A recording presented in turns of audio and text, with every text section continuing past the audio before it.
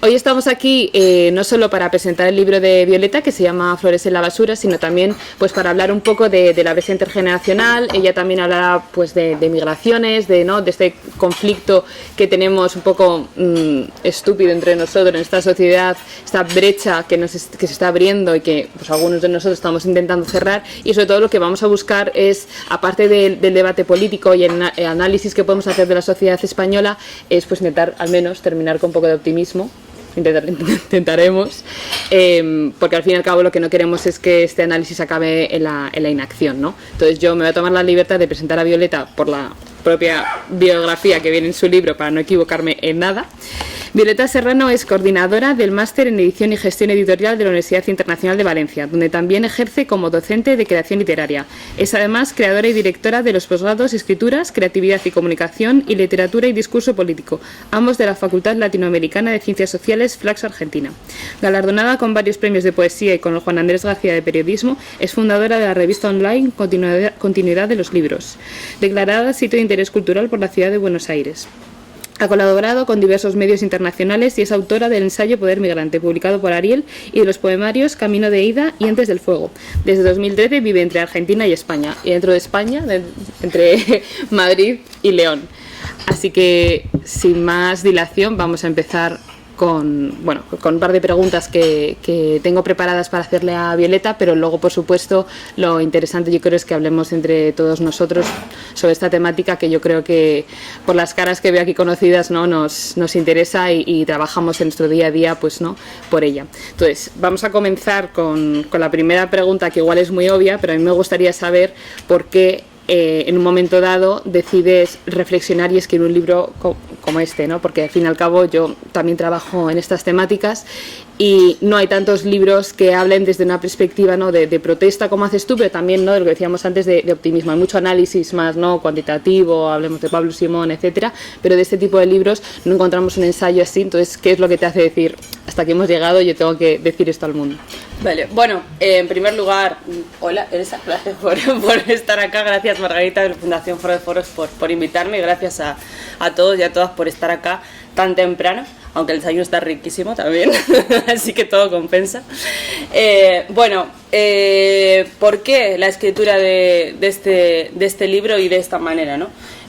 Un ensayo que tiene, si quieres, una forma, es verdad, bastante literaria. La verdad es que yo empecé a pensar en la temática de este ensayo allá por 2017, 2018, cuando, si bien yo llevo desde 2013 viviendo entre Argentina y España, porque yo me fui en los peores años después de la crisis de 2008 a vivir a Buenos Aires, a partir de 2017 ya empecé a venir más, y ahora estoy ya más instalada. Y en 2017, después de mi perspectiva, si queréis, latinoamericana, tenía unas nuevas gafas, unas gafas de Argentina que me hacían ver las cosas que había dejado acá de una manera muy diferente. Y había cosas que me preocupaban bastante. Yo creo que una de las que más me preocupaba era que se estaba instalando socialmente la idea de la queja respecto a los jóvenes, ¿no?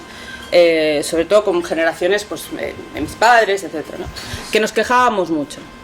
Y eso me preocupaba, porque sí que tenían parte de razón. Yo veía a mi alrededor que había gente que se quejaba mucho y que buscaba soluciones a los problemas que tenía en temas del pasado, si queréis, ¿no? O sea, como en una nostalgia de algo que ya pasó y a lo que querían regresar.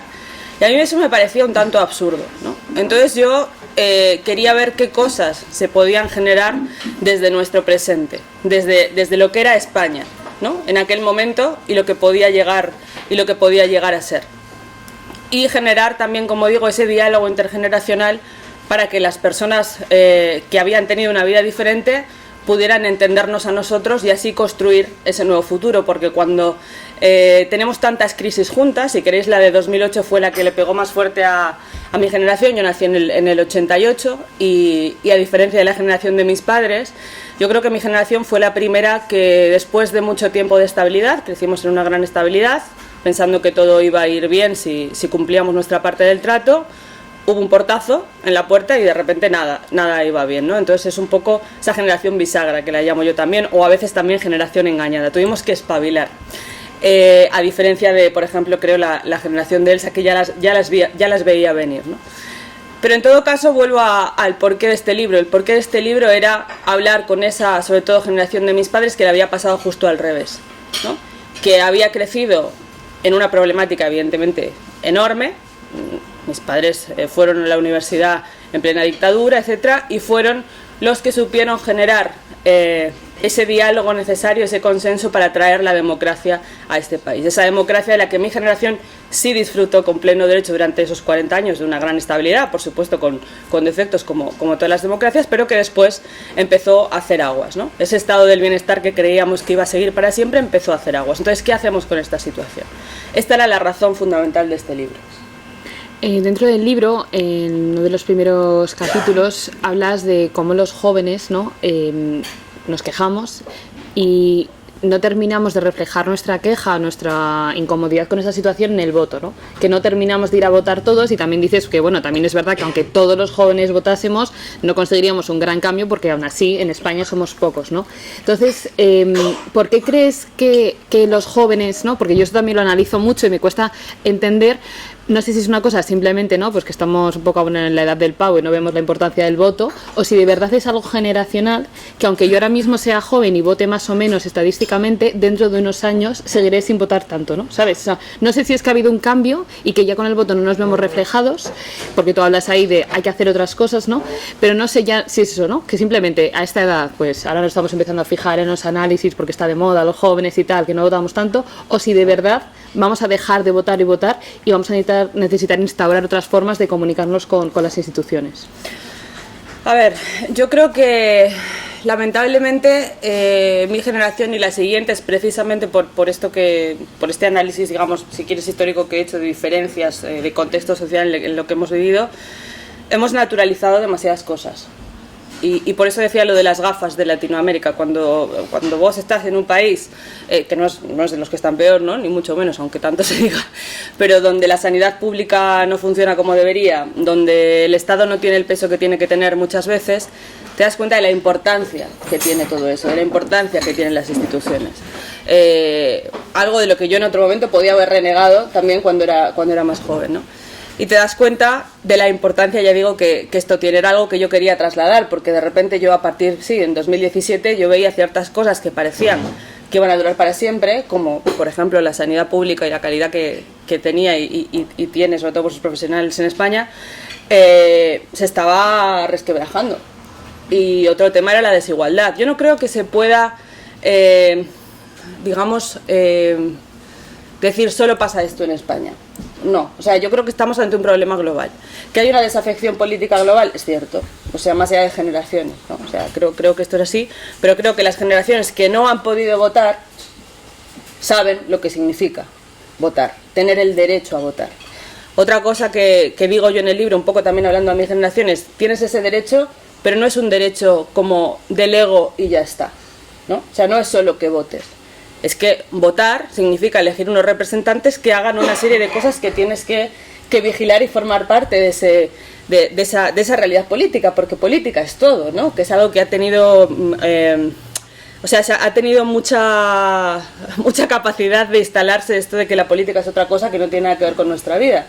A nuestra generación, por supuesto, y a muchas otras también, aunque no hayan podido votar, ¿no? Pero creo que es algo que se está instalando mucho socialmente y que es un grandísimo peligro, porque cuando ves lo que está pasando, por ejemplo, yo creo que también a nivel mundial, que hay una gran alianza de la extrema derecha para instalarse, sabiendo la importancia que tiene la política y diciendo justamente lo contrario, que no la tiene, ¿no? Es como el gran caballo de Troya para las democracias.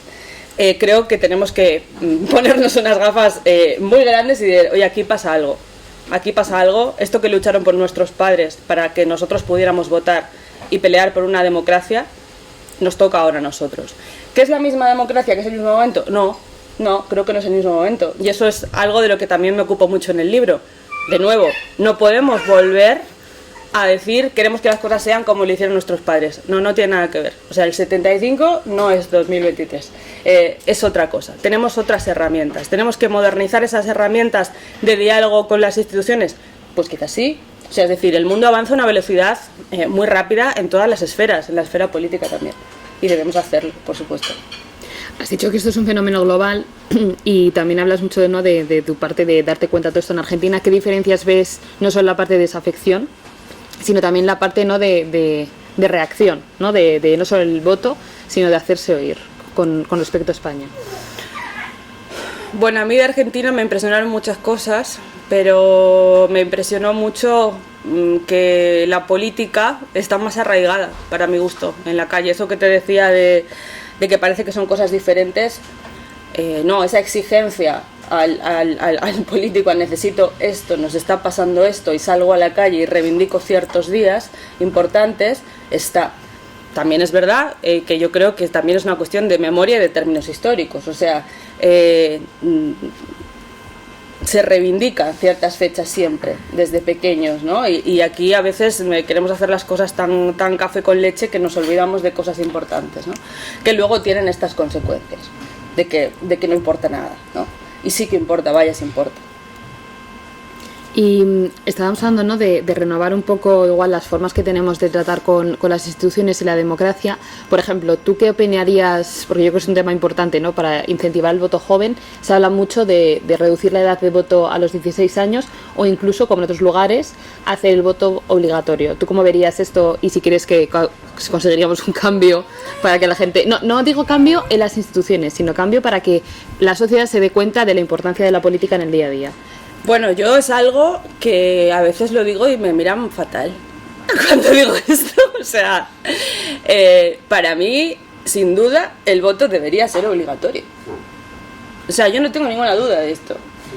Ahora, hay quien dice que quiere ser libre para todo y para eso también. Para tomarse unas cañas y para votar si quiere o no quiere y que no diga nada. Pero bueno, pero puedes votar nulo, al fin y al cabo. O sea, a ver, es que este es el sistema en el que vivimos. Si alguien tiene algo uno mejor, que me lo cuente y hablamos sobre él.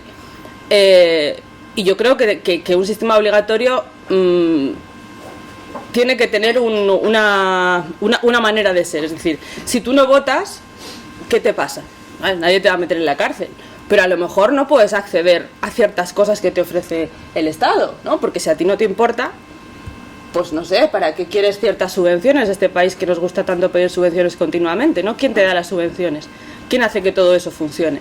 Bueno, tu elección con el voto tiene que ser pensar sobre esto y en base a lo que piensas, votar a quien te parezca mejor para tus objetivos individuales y comunitarios, ¿no?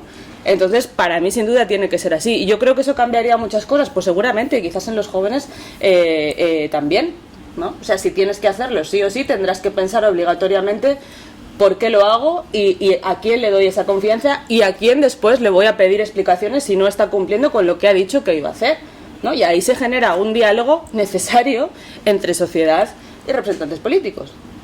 Sí, yo te decía esto sobre todo porque ahora vemos que vienen, ¿no?, las elecciones municipales, autonómicas, luego las generales, y hace poco estuvimos en un seminario con Pablo Simón y yo le pregunté directamente, ¿tú crees que los jóvenes van a votar más o menos? Dice, no van a votar.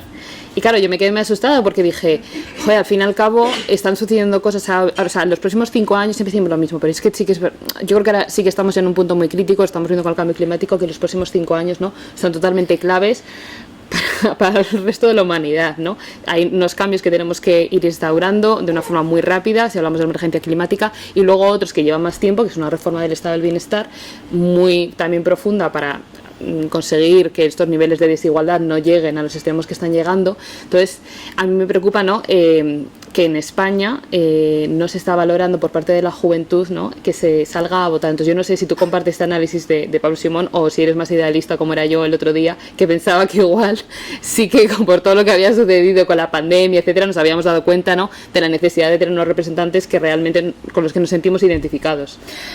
Claro, ojalá que sí, ¿no? Ojalá que se genere una ilusión que haga que haya más votantes, ¿no?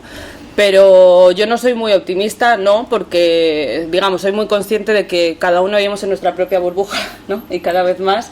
Y en mi burbuja yo estoy continuamente hablando de política, pero cuando sales de esa burbuja, esa distancia entre la política y la vida real, que no existe, para la mayoría de la gente sí existe. O sea, son mundos completamente ajenos. Y eso es algo que creo que hay que trabajar mucho más. Y hay que proponer también, en cuanto a todos estos problemas que estabas comentando, soluciones nuevas, ¿no? soluciones nuevas que pasen por cuestiones, ya digo, impensadas. O sea, cuando yo escucho a mucha gente quejarse, que es una de las cosas que voy en contra en este libro, o sea, yo creo que sí que tenemos que protestar porque la situación es muy compleja, como estás diciendo, y como jóvenes debemos hacerlo. Debemos protestar y debemos resistir, pero no debemos quejarnos, porque quejarse no sirve de nada. O sea, las cosas están como están.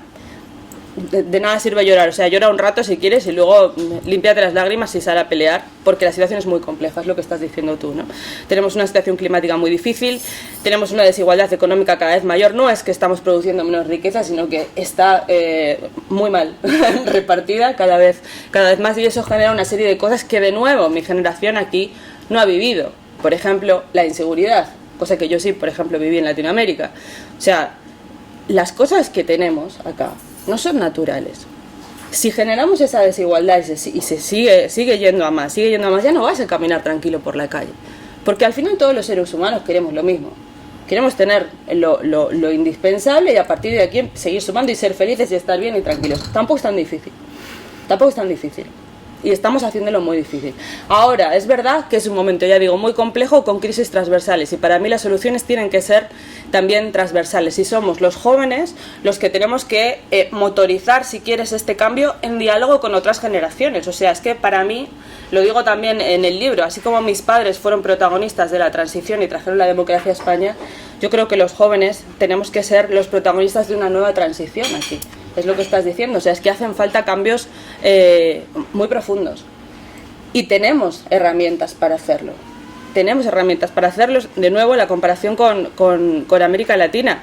Es que la plataforma que tenemos ya montada en España de muchas cosas está muy por delante de otros países.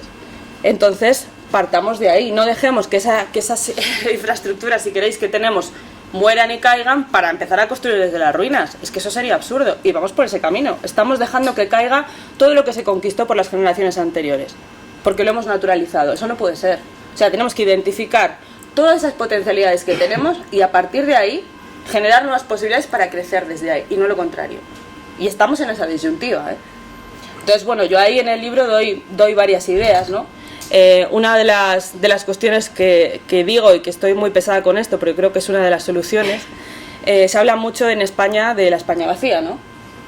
Y se habla mucho, y esta semana se ha hablado mucho, por ejemplo, del precio de la vivienda. Particularmente es algo que aquí, bueno, Barcelona y Madrid se sufre, sí, ¿no?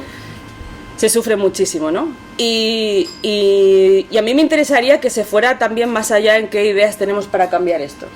¿Por qué queremos estar todos viviendo en una gran capital cuando no tenemos la necesidad ya de hacerlo? ¿Las generaciones anteriores como la de mis padres? Probablemente sí, o sea, y a mí misma, es una cosa que digo en el libro, a mí se me educó así. Es decir, si tú quieres ser una profesional, te tienes que ir a triunfar a una gran capital, y si no, pues es que eres una perdedora. O sea, ¿qué haces en León? ¿Sabes? O sea, no se entiende. Y pasado el tiempo, después de yo estudié en Barcelona, ya he dicho eso, estuve también en Buenos Aires, he vivido un tiempo también en Madrid, tomé la decisión política de, no, mi casa yo no la voy a hacer aquí, mi casa la voy a hacer en un pueblo, en mi pueblo, el pueblo del que vengo. Me miraban con unos ojos rarísimos, siguen mirándome con unos ojos rarísimos, pero me parece que es parte de la solución climática, de la solución tensional que tenemos. O sea, no tenemos las mismas herramientas que tenían nuestros padres. Si antes no vivías en una gran capital, efectivamente podías estar fuera, pero hoy no. O sea, hay grandes avances tecnológicos, usemos esos avances tecnológicos. ¿Por qué no se puede fomentar teletrabajo o trabajo híbrido? Yo no digo que haya que tirar por los aires las grandes capitales, no. Que las grandes capitales sean puntos de encuentro, pero que podamos repoblar toda esa zona para vivir de otra manera, para recordar de dónde venimos, para ser felices, para tener otros tiempos de vida, para recordar de dónde sale este tomate que me estoy comiendo. Parece una pelotudez, que diríamos en Argentina, pero no lo es. No lo es. O sea, estamos muy desconectados de nuestra raíz, si queréis, ¿no? Y esto es algo que también nos toca a nosotros, a los jóvenes, ¿no? Yo creo que la generación de mis padres, ya digo, hizo un camino enorme saliendo desde ahí. O sea, ya digo, yo vengo de un pueblo muy chiquitito. Mis abuelos eran agricultores y mis padres fueron los primeros que estudiaron de su familia. Bueno, hicieron ese recorrido, pero ¿por qué ahora nosotros queremos hacer el mismo? Es otra generación, es otro contexto, entonces tenemos que pensar las soluciones con un nuevo prisma, totalmente diferente. Está en nuestras manos hacerlo. Lo que pasa que era algo que nadie nos había contado, que no lo habíamos pensado. Entonces hay que imaginarlo. Entonces, si somos esa generación, digamos, tan creativa, con tanta fuerza, con ganas de hacer tantas cosas, hacerlas de una manera diferente, que no nos gusta tener siempre el mismo trabajo, que no nos gusta tener un jefe que me diga, estate aquí haciendo esto, esto y esto. Bueno, si tú no quieres todo eso, me parece genial. Ahora, dame una alternativa. Es como el voto. Si no te gusta el voto, porque no te gusta la democracia, dame una alternativa. Y si no, quédate fuera, no sé. Pero esto es lo que tenemos. ¿Qué hacemos con las herramientas que tenemos y cómo vamos hacia adelante con eso? Al fin y al cabo, lo que estás diciendo es que la situación que tenemos, más allá de... O sea, por supuesto el voto es importante y estamos intentando aquí incentivar a que la gente vote, pero que tenemos que mirarlo desde una perspectiva mucho más amplia, decir, si queremos resolver la brecha que tenemos en la sociedad, no solo pasa por pedirle a los políticos que hagan ciertas cosas, ¿no?, sino que nosotros también lideremos con el ejemplo y seamos, no, pues eso, tu decisión de decir, no, voy a construir mi casa aquí, voy a irme a ese tipo de empresa. Entonces te refieres más, ¿no?, a ese tipo de ¿cómo se llama? En vez de que tú votas, ¿no?, lo que estás consumiendo, también, ¿no?, es una forma de decirle a la sociedad, esta es la sociedad que quiero, ¿no?, al fin y al cabo. Claro, que tenemos que tener una... O sea, la palabra es responsabilidad, ¿no? Es decir, efectivamente tú tienes la responsabilidad de emitir un voto donde delegas ciertas cosas, ¿no? Pero hay otra serie de cosas que dependen de cada uno de nosotros. Y que dependen de cada uno de nosotros también... teniendo que repensarnos de una manera más comunitaria, si queréis. Esto es una de las cosas que son importantes de este libro, que se llama Flores a la basura, justamente porque viene de una canción de los Sex Pistols. O sea, vosotros recordaréis la época de Thatcher, los ingleses que han inventado todo, o sea, el estado del bienestar, destruirlo todo, la industrialización, todo. También inventaron a Thatcher, claro. Y Thatcher, en un momento también de gran crisis, dijo, oye, si no queréis trabajar será culpa vuestra que sois vagos, ¿no? Que esto es algo que le pasa mucho a mi generación y que si hablas con cualquiera, te sientas un rato, ves que la desesperación es la misma. O sea, ¿por qué no puedo...? ¿Por qué soy precario? ¿Por qué no me llega para tal cosa? No es un problema individual. Si a todos nos pasa lo mismo, es un problema social. Y esto es muy importante. Si es un problema social, tenemos que solucionarlo de manera conjunta. Dejar de pensarnos de manera individualista. Y venimos, por supuesto, durante muchos años fomentando ese individualismo. En fin, el modo de vida que llevamos es muy individualista, como si nos pudiéramos salvar solo.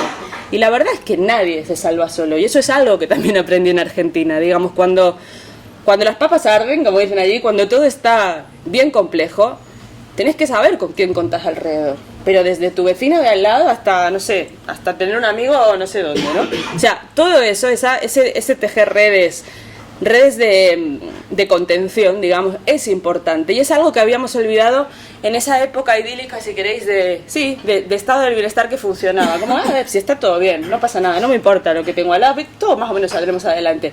¿Y si no? ¿Qué tienes? ¿En quién confías? O sea, te tienes que preocupar por eso, te tienes que preocupar no solo por qué te pasa a vos, sino por qué le pasa al de al lado. Y si los problemas son comunes, generar respuestas comunes, generar soluciones comunes, pensar soluciones comunes. Sí, buscando, por supuesto, ya digo, a través de la democracia una representación, pero también teniendo en cuenta siempre, todos los días, qué decisiones tomamos, qué responsabilidades tenemos en el mundo que estamos viviendo. Pues si no es muy fácil, ¿no? Es muy fácil culpar a otro. Y nosotros también somos parte de este mundo. Si quieres, con esto abrimos las preguntas al público, que también alguno me consta que sabe sobre tu otro libro, Poder Migrante, que si quieres podemos también debatir sobre ello. ¿No tenemos preguntas? ¿Estáis muy callados aún? ¿Tenéis sueño? Claro, claro. Sí, primero, muchas gracias por la invitación y gracias, Violeta, por hacer este libro. Creo que es muy interesante que abre debates muy interesantes. Has estado hablando de diferentes cuestiones que quería como debatir, ¿no? Porque hablamos sobre la pérdida del interés joven, pero lo que están demostrando de diferentes estudios es que en realidad no hay una pérdida de interés en la participación en sí, sino en los mecanismos de participación, ¿no? Entonces, entiendo la parte del voto representativo, ¿no? Pero uno de los motivos que limitan la participación joven aparte de una desafección política más generalizada que no tiene como de base intelectual, es porque se entiende que no hay una capacidad de impacto y de cambio real a través del voto, porque la democracia representativa tiene sus limitaciones y lo que nos encontramos es de que nuestra generación no se siente, no siente que a través del voto realmente puede influir en las cuestiones coyunturales, ¿no? Entonces, yo creo que este es uno de los grandes primeros elementos que nos encontramos nuestra generación y que tenemos que encontrar alternativas de, creo que no es que no queramos votar, es que queremos participar de otra manera, ¿no? Y es cuando se abren como otros debates. Luego, como hablabas de la caída del interés a nivel global, y creo que como que sí que es cierto que hay como dos grandes movimientos. O sea, por una parte creo que hay un crecimiento de la participación joven a nivel global en África. Ahora mismo los jóvenes están inundando las calles con multitud de luchas transversales, pero también en emprendimiento, tratando de hacer incidencia política. También en Asia hay unas movilizaciones brutales en las grandes capitales de los gigantes asiáticos para reivindicar todas estas cuestiones. Y luego sí que es cierto que se está dando como un movimiento como muy autoritarista en algunos países que sí que no acabo de entender el por qué reivindican gobiernos totalitarios, aunque lo defienden desde la partida de que no necesitan democracia, necesitan gobiernos estables para después avanzar a la democracia. Pero otra vez me hace pensar que ¿estamos realmente separados de la política o estamos transformando la manera de hacer política? Y si estamos transformando la manera de hacer política, ¿cómo de manera conjunta o sistémica acompañamos este cambio para hacerlo efectivo? Y sí, creo que me quedo con mi comentario. Bueno, muchas cosas has dicho, muy interesantes. Gracias. Voy por el final. Lo que hablabas de los totalitarismos, yo creo que el ser humano es así. Es decir, cuando estamos ante un cambio tan brutal, tan transversal como el que todos sentimos que estamos atravesando, porque creo que nos pasa a todos, ¿no? Hay una gran incertidumbre, no solo aquí, es lo que decía antes, que esto es global. Hay dos maneras de reaccionar, ¿no? Una es no tener miedo a esta incertidumbre e intentar construir hacia adelante imaginando posibilidades que no tenemos idea de cómo son, porque efectivamente hay que usar la imaginación y eso es muy abstracto y da miedo. Y hay otra reacción que me parece más lógica también, que es ordéname esto porque no sé qué está pasando y quiero orden y luego vemos. Y eso me parece lamentablemente más fácil de lograr porque claro, es algo ya conocido. O sea, yo quiero volver atrás, quiero volver a lo que conocía y me resulta mejor o peor, pero ya sé lo que es. Y lo que hay adelante no sé lo que es. Entonces ahí es donde tenemos que pelear también un poco por ir contra ese miedo. Y yo creo que ir contra ese miedo va de ilusión, como decíamos, pero también va de generar comunidad, de empezar de nuevo a romper eso de me salvo solo. No, solo no te salvas, ¿no? Y esto, si quieres, lo enlazo un poco con lo que decías antes de que los jóvenes sienten que tienen poca incidencia, ¿no? Lo entiendo. Yo creo que también tiene que ver con los tiempos. O sea, creo que estamos en un momento, en todas las áreas, en las que todo se ha acelerado muchísimo, ¿no? En política también, en todas. Y tenemos menos paciencia. Tenemos menos paciencia para esperar cambios que quizás se llevan demasiada burocracia, si quieres, para que se hagan efectivos. Entonces, mientras me lo dices y lo logras, ya no me interesa, ¿no? Entonces, esto sí, quizás deberíamos ver la manera en que se pueda agilizar y que haya algo más tangible, si quieres, incluso a nivel temporal. Pero desde luego yo creo que también tenemos algo a lo que agarrarnos.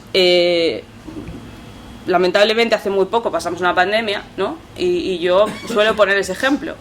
¿Qué hubiera pasado si no hubiéramos tenido estados fuertes en ese momento? ¿No? Como, no sé, ¿no te interesa este capítulo de tu vida? Vale, y si pasa algo así, ¿qué hubiéramos hecho? ¿No? Es decir, si el Estado no hubiera estado presente como estuvo, bueno, lo hubiéramos pasado realmente mal.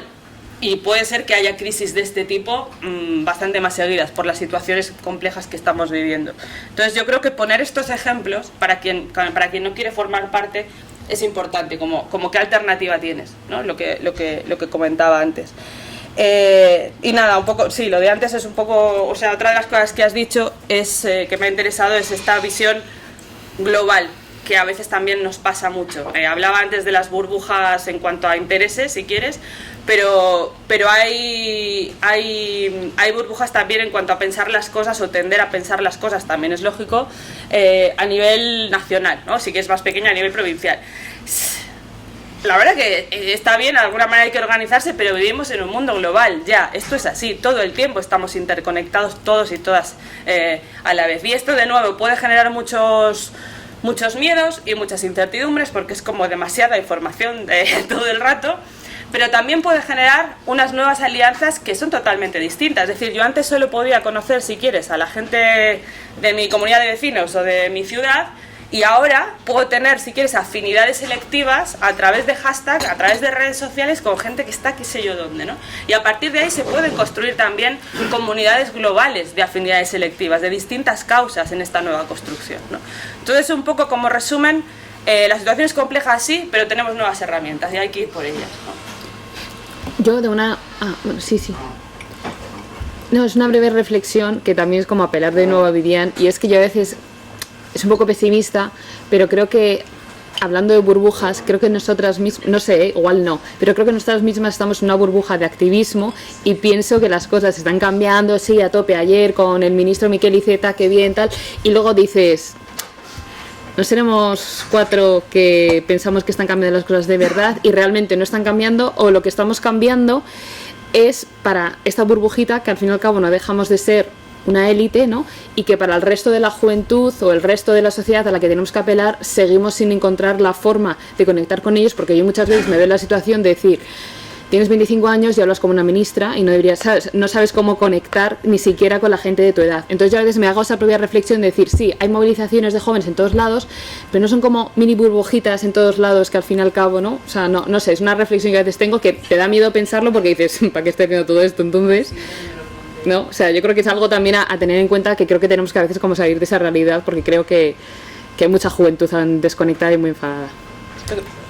No, sigue, luego ya. Bueno, yo creo que hemos demostrado que podemos, como jóvenes, madrugar.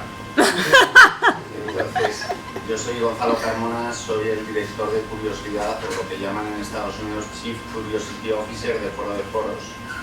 Entonces, os quiero agradecer lo que habéis hablado.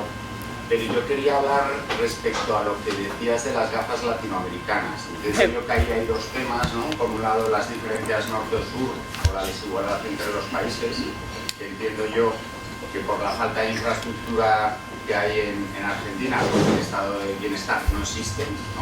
De hecho, tú sabes que hay grande polémica entre las diferencias del capitalismo estadounidense o anglosajón respecto al estado del bienestar que hemos conseguido hacer en Europa, pero sabes que ahí hay muchas diferencias desde el punto de vista de seguridad, bla, bla, bla, ¿no?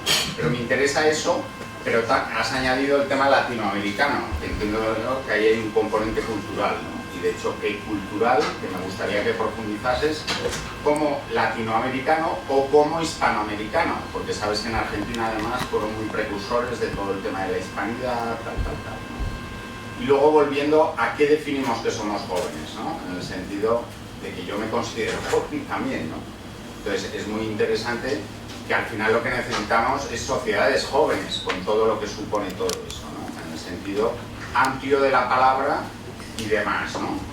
Y era comentar todo eso y ya por último, a nivel publicitario, tenemos un acto muy bonito el jueves, que es del Silver Economy, ¿no? Que es el problema que va a tener España por la falta demográfica, ¿no? Que es el gran problema.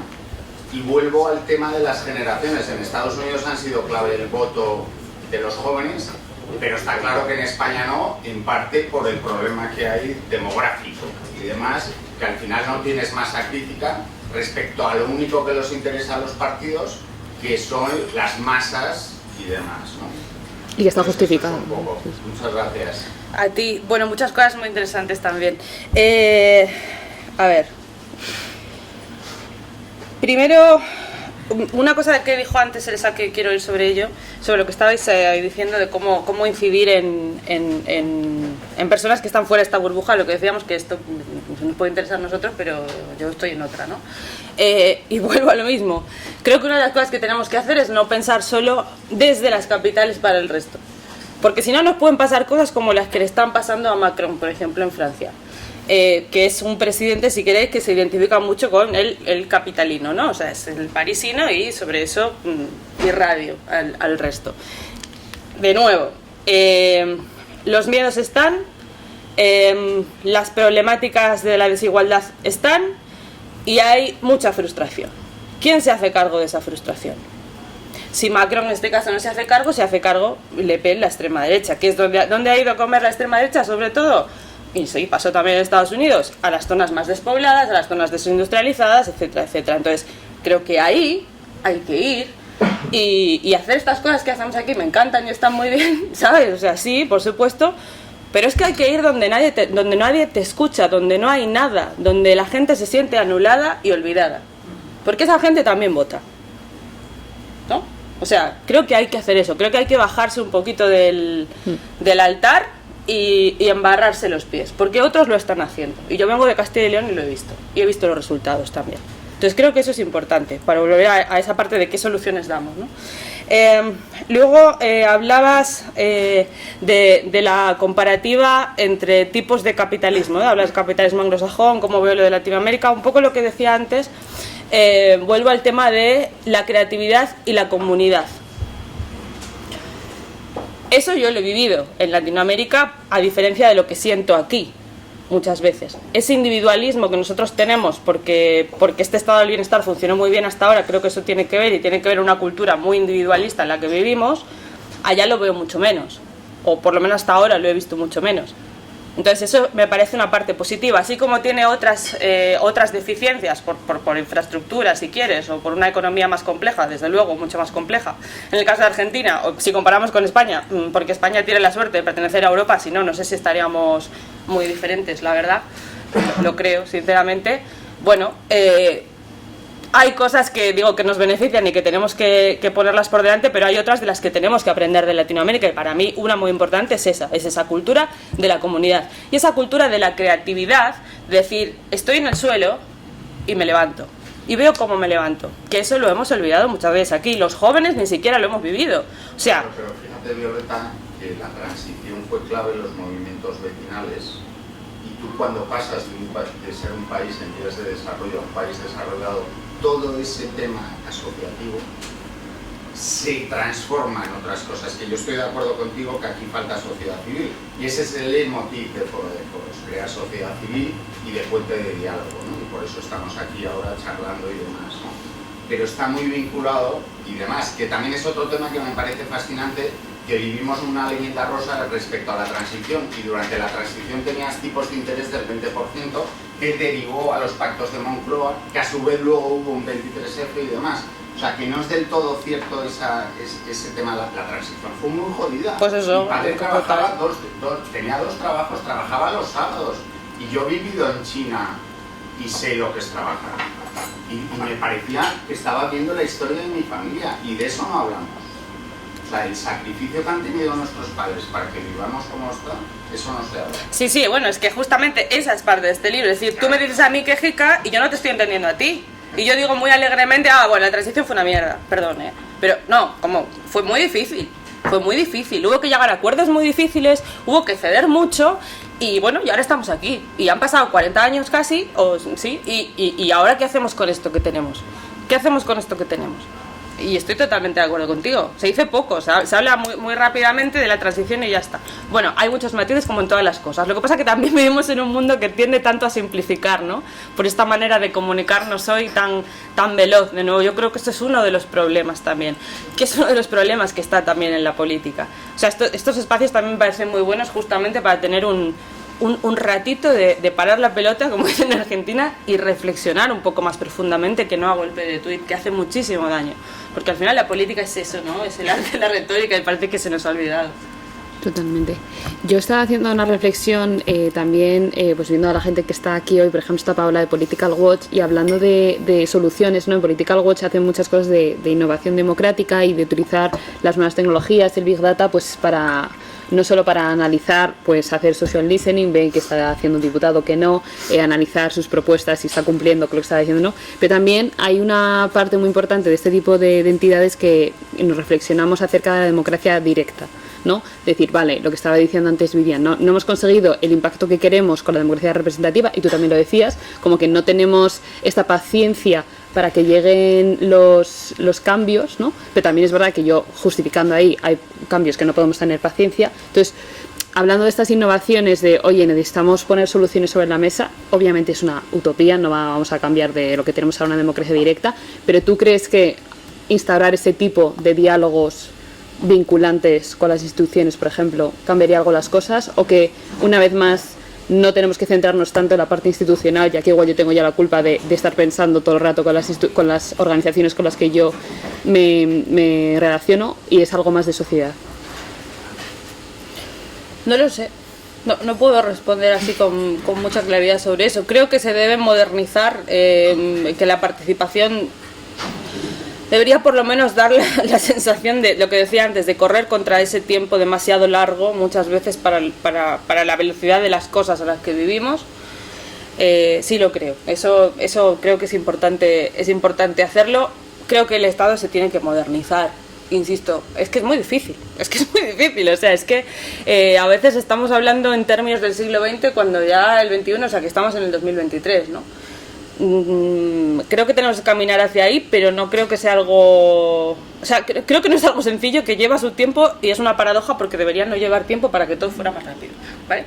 No es sencillo, pero está muy bien que estas cosas vayan existiendo, insisto, que haya herramientas tecnológicas que hagan que estas cuestiones sean una realidad, y haya gente que a partir de ahí diga, bueno, así sí puedo yo ver de una manera más clara si esta persona está haciendo lo que dijo o no, y puedo reclamarle algo, ¿no? Pero tenemos que tener antes que eso un interés porque eso suceda, o sea, que esa es una parte anterior, lo que decíamos antes.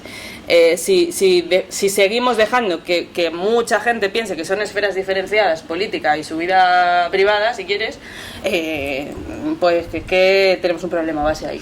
Yo creo que ahí hay que trabajar mucho primero eso, porque si no es como tengo una herramienta pero tampoco me interesa, ¿para qué la voy a usar?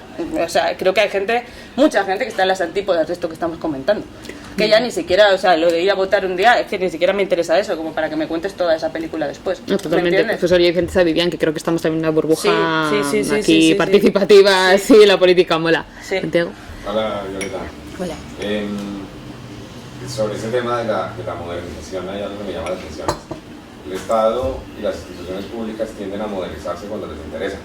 Es decir, hace poco vimos una noticia de cómo la agencia tributaria tenía una serie de herramientas de inteligencia artificial para identificar, y la seguridad social también una para identificar qué gente pedía, ¿cómo se llama esto?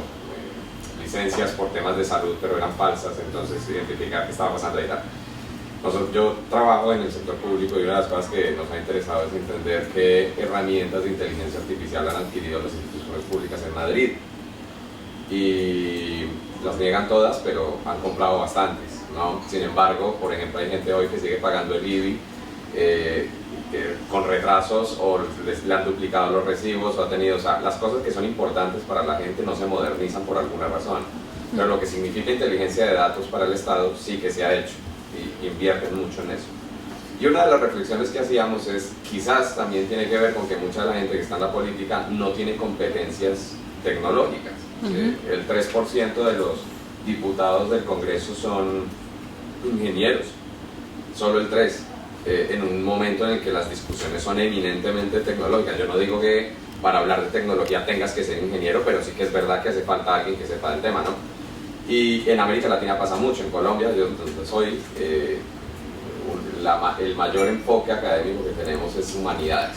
O sea, nos encanta el derecho, la sociología, la literatura, y eso explica en muchos sentidos también el atraso en temas de tecnología, de infraestructuras, de muchas cosas. Entonces, la pregunta concreta sería, cómo estimular a que la gente que hoy está formándose en estas áreas que son esenciales para el mundo empresarial, para la competitividad y demás, se interese también por estar en escenarios de incidencia política y de participación. Porque claro, uno va y le dice a un chico que es ingeniero, que es programador, oye, métete a la política, pero puedo trabajar con una startup en Estonia y voy a ganar un pastón, ¿no? Entonces, preguntado. Y la segunda pregunta que no puedo dejar de hacer es el tema de migración.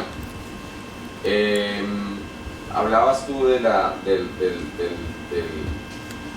pues, del problema demográfico que tiene España y otros países europeos. Y en esa conversación pues siempre entra el tema de la migración, ¿no? Y cómo hemos contribuido de alguna manera a que países que tienen esa deuda demográfica pues se autorregulen en cierto grado. Yo hace un tiempo no me considero joven, pero sí que es verdad que pienso mucho en cómo los migrantes podemos leernos en esas nuevas narrativas de construcción social. Una de las cosas que a nosotros nos cuesta mucho, y digo nosotros porque hablo por un colectivo del que soy parte, es leernos en las narrativas políticas. O sea, hace poco vimos a un partido de aquí haciendo un evento con pastores cristianos y danzas y cosas un poco pues estos estereotipos como latinoamericanos que lo que hacen es ridiculizar un poco a los migrantes. Y desafortunadamente todos los grupos políticos hablan de migración cuando llegan las elecciones, ¿no? Y los que no son usualmente los de derechas que estigmatizan la migración. Entonces la pregunta concreta sería ¿cómo podemos estimular en ese relato de sociedad que tenemos que pensar hacia el futuro podamos leernos personas como yo o incluso personas que tienen una serie de elementos transversales como que son racializadas, que no hablan español, pero que son parte de esta sociedad y que no somos, además que esto es importante, no seguir sintiéndonos como un fenómeno prótesis de la sociedad, somos temporales, ¿no? Porque no lo somos, porque yo ya he tenido mi hija aquí y ella será siempre la hija de 2 inmigrantes y será española, pero esos sentimientos siguen orbitando, ¿no? Entonces esas 2 preguntas me interesan, la primera del tema del Estado y esta otra relación. Vale, bueno, gracias por la intervención. Por la última, yo te entiendo mucho porque a mí me pasa también, me pasó en Argentina y me pasa acá y seguramente te pasa a vos. Es decir, cuando uno migra ya no es nunca una sola cosa, ¿no? O sea, es todas a la vez y tenés que aprender a aceptar todas esas cosas a la vez. O sea, no sos solo colombiano, como yo no soy solo de León o española, sino que también soy argentina y de hecho se me ve, ¿no? O sea, está en mi lenguaje, ya penetró en mi lenguaje. A veces hablo como si fuera de acá, a veces hablo como si fuera de allá y las 2 soy yo, las 2 siguen siendo Violeta Serrano, ¿no? Y esto antes era una rareza, ¿no? Era como, sí, realmente te tenés que sentir sapo de otro pozo porque no es lo común. Pero para mí, ahora, esto no es una prótesis para nada, como vos decís, sino todo lo contrario. Creo que cada vez más hay una mayoría de identidades migrantes, si querés, que es como lo llamo yo en el ensayo anterior que se llama Poder Migrante, ¿no? Que migrantes somos todos. Primero somos migrantes de un mundo viejo a uno nuevo, que tiene que ver con la pregunta, con la otra cuestión, ¿no? Todos estamos pasando de un mundo viejo que se muere a uno nuevo que empieza y estamos en un momento de crisis transversal en ese cambio, por distintas cuestiones, pero sobre todo también por la cuestión identitaria. Y creo, ya te digo, que es algo que se debería empezar a efectivamente a entender cómo es realmente, que es que no es una minoría, que es que no es una prótesis, que es que la mayoría no es solo de acá. Pero es que además, lo que decía antes a la compañera, es que globalmente todo el tiempo estamos interconectados. O sea, yo puedo conocer mucho más de Colombia, ponele, de que lo que conocieron mis padres, etcétera, etcétera, etcétera, ¿no? Y esto es algo que, de nuevo, lo podemos tomar como una amenaza y un miedo, y por eso hay ciertas narrativas de extrema derecha que sencillamente expulsan esta posibilidad y se amparan en una supuesta pureza que nunca hemos tenido por otra parte, pero que se amparan en eso, y creo que tiene que haber otro relato político que incluya estas identidades migrantes como parte de lo que somos, porque es la verdad, es que es lo que somos. Y además estas personas, que es algo que digo también en el libro, pueden aportar mucho a estas sociedades en perpetuo cambio. ¿Por qué? Porque son gente que ya ha pasado esa transición en su propio cuerpo. Y eso es muy difícil, hay que ser muy valiente para dar ese salto y necesitamos a gente muy valiente que se sepa adaptar muy rápido a culturas diferentes, sin perder lo que es, no, digamos, ese origen que uno tiene, pero que se haya sabido expandir y adaptar. Eso me parece una fortaleza absoluta en momentos como estos. Si hablábamos de construir comunidad, para mí los migrantes son maestros en este mundo en crisis, ¿no? Entonces, eso por una parte de lo que decías de la migración. Y por la otra parte, creo que, de nuevo, es algo que no es ajeno únicamente al mundo de la política, sino a todos. O sea, estamos transitando una velocidad de las cosas tan enorme que tenemos que tener una formación continua en muchas áreas. Pero sobre todo una formación transversal, ¿vale? Es decir, el que sabe de ingeniería, me parece genial que sepa mucho de ingeniería y de tecnología, pero tenemos que tener siempre, y creo que en este momento mucho más, una formación ahí también de humanidades en el sentido de por qué hago lo que hago, ¿no? Porque de nada me sirve que llenemos el congreso de ingenieros que sepan mucho de X cosa, ¿no? Porque la parte fundamental de lo que allí se lleva a cabo es el porqué de lo que hacemos, de nuevo, de una manera comunitaria, para el bien común. Entonces esa pregunta tiene que estar. Tiene que haber una mezcla de cosas, tiene que haber una formación, por supuesto, tiene que saber de qué está hablando, pero lo más importante es el por qué. ¿Por qué ciertos avances sí o por qué no? O por qué si este avance va a estar, ¿cómo lo vamos a llevar a cabo para que la gobernanza siga siendo buena para el bien común, para la mayoría, si quieres, ¿no? Entonces, me parece que va por ahí. Tú hablabas de por qué alguien que tiene todas estas capacidades va a querer meterse en política y no irse a hacer una startup no sé dónde que va a ganar un montón de dinero. Bien, vale, o sea, cada uno puede hacer lo que quiera, pero yo creo que siempre tenemos que trabajar en ese fondo del por qué hacemos las cosas que hacemos. Y no quedarnos, lo que llevo diciendo desde el principio, en el individualismo. ¿Te quieres salvar solo? Sálvate. Quizás hoy te salvas, pero quizás mañana no. Y cuando no te salves, ¿quién va a estar? Y ahí de nuevo vuelve el Estado, ¿no? No sé si te respondí. Si no hay, nos da tiempo para una pregunta más, si no, yo te quería lanzar una pregunta con respecto a ese tema de la tecnología, que yo pensaba que ibas a ir por ahí, pero al final no ha sido, y es, estamos buscando soluciones, ¿no?, a esta situación actual y hay que ser creativo o al menos no más disruptivo. Tú, que creo que más o menos me has contestado, pero quiero ver como la respuesta específica, y es, ¿qué opinarías de una tecnocracia? ¿Nos solucionaría algo la vida? No te digo totalmente una tecnocracia, pero que meter más técnicos, ¿no? Y que no sea solo pues una representación popular de, pues este sabe de ingeniería y este no tiene ni idea y no sabemos de dónde ha salido y luego se equivoca al votar, ¿no? Que eso te puede pasar también aunque no seas ingeniero, pero ¿esto nos ayudaría o al revés nos desconectaría incluso más de la política? Yo creo que, como he dicho antes con el tema de la migración, en la mezcla está la virtud, muchas veces, pero es que la mezcla tiene que estar.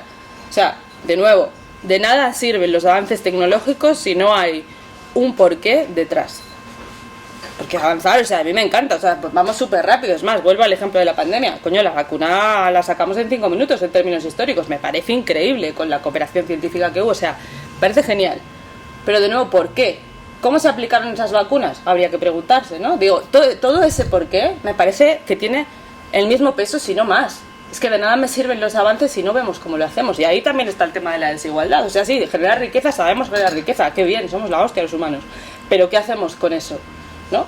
¿Qué problemas genera todo eso? ¿Cómo cambiamos este mundo que, como tú decías antes, a nivel de cambio climático estamos en una situación súper crítica? Porque tenemos un sistema económico que se está agotando y que no sabemos cómo salir de ahí para que tenga una mesura, que nos permita vivir, o sea, nosotros y las siguientes generaciones. Es que no estamos hablando de ninguna tontería. Entonces, si no hay un porqué, si no hay una reflexión de las cosas, no sirve de nada el avance. Pero no solo en términos de tener gente más técnica, en el sentido que siempre pensamos técnicos y nos vamos a ingeniería, sino decir, vale, si tú estás en la comisión del Congreso de Educación, tienes que haber tenido un trasfondo en profesorado o haber trabajado en instituto, ¿no? Como pedirle algo más a los representantes políticos, y yo creo que la solución para que el de la startup se meta política es que esté mejor valorada y mejor pagada. Creo que eso para empezar. Pero en ese sentido, decir, necesitamos más, no solo esa vocación de oye, quiero servir a mi país y no tengo ni idea de esos temas, pero simplemente tengo esta vocación, o realmente tenemos que empezar a ser más exigentes con nuestros representantes y decir, no podemos tener a un ministro o una ministra que no sepa sobre estos temas. Porque luego también yo creo que existe ahí el riesgo de empezar a poner gente técnica y se separe aún más la élite política con la sociedad. Bueno, mira, ya como cierre diría, apelemos a los griegos. En el punto medio está la virtud. Es que es así, o sea, en el punto medio está la virtud. Entonces, por supuesto que tú tienes que saber de qué estás hablando. Tampoco se puede saber de todo y también hay que saber delegar y confiar, ¿no? Pero de nuevo, es que el punto medio, o sea, para mí el punto medio, ni una cosa ni la otra. Para cerrar, te quería pedir, simplemente como 3 o... No hace falta ser 300 años ahora mismo, pero estamos hablando todo el rato de soluciones, ¿no? Y de pasar de esta queja y de este dolor de cabeza que tenemos, ¿no? A acción. Entonces, para ti, resumiendo un poco todo lo que hemos hablado, ¿cuáles serían como las 3 cosas en las que nos tendríamos que empezar a concentrar desde ahora mismo para no pasar a un populismo extremo, a una desigualdad extrema y que se nos vaya todo al garete y vayamos a un autoritarismo? Si tuviera esta solución no estaría aquí el Sabre. No, bueno. Yo creo de verdad que es muy importante lo que dije de tratar de descentralizar. Primero, esto me parece muy importante porque tenemos las herramientas para hacerlo y para esto hay que hacer un trabajo público y privado, o sea, son las dos cosas a la vez. Creo que tenemos que aprender a hacer un discurso político que ilusione y penetre a capas sociales en las que la política no ha penetrado nada. Creo que esto es así, y tenemos que hacer un trabajo también de memoria, a lo que le apelaba antes él, ¿no? Es muy importante la memoria, y estamos en una sociedad en la que olvidamos lo que pasó hace 5 minutos, y esto me parece que también es un problema. Todas estas maneras de comunicarnos, tan buenas para unas cosas, que nos ponen en contacto con gente estupenda, que en fin, que estamos todos hiperconectados, tiene una parte muy positiva y una parte muy negativa. Yo creo que somos los primitivos de una nueva era, siempre lo digo, y tenemos que aprender a manejarlo a nuestro favor. Y mientras eso sucede, que no nos coma crudos, ¿no? Entonces, eso sería. Pues muchísimas gracias a todos por madrugar y pues nada, esto ha sido todo. Gracias.